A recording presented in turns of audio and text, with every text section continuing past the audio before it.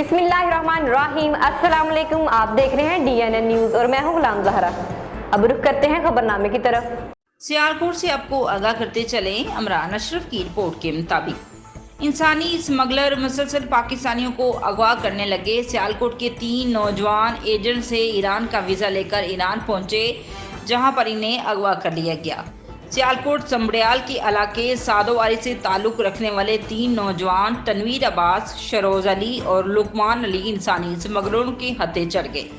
ये तीनों नौजवान लाहौर के एजेंट से ईरान का वीज़ा लेकर ईरान पहुंचे तो एयरपोर्ट से उतरते ही इनको अगवा कर लिया गया। इन तीनों नौजवानों पर तशद्दुद की वीडियो इनके अहले खाना को भेजकर 80-80 लाख रुपए बराए तवान का मुतालबा किया है और तवान अदा न करने की सूरत में इन नौजवानों को कत्ल करने की धमकी भी दी है। इन नौजवानों पर तशद्दुद की वीडियो देखकर इनके अहले खाना की हालत गैर हो चुकी है। तनवीर अहमद की वालिदा पर बेटे की तशद्दुद की वीडियो देखकर फालज का अटैक हो गया है, जिन्हें मकामी अस्पताल में दाखिल करवा दिया गया है। ये पहला वाक़या नहीं, इससे पहले भी मुतअद्दिद बार पाकिस्तानियों को ज़ियारत के बहाने ईरान ले जाकर अगवा किया जा चुका है।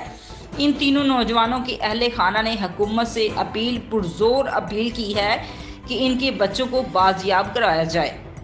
अब तक के लिए इतना ही। मज़ीद खबरों के लिए हमारे साथ रहिए। मेरा ईद मेन्यू बनी extra special with Nestle milk pack cream.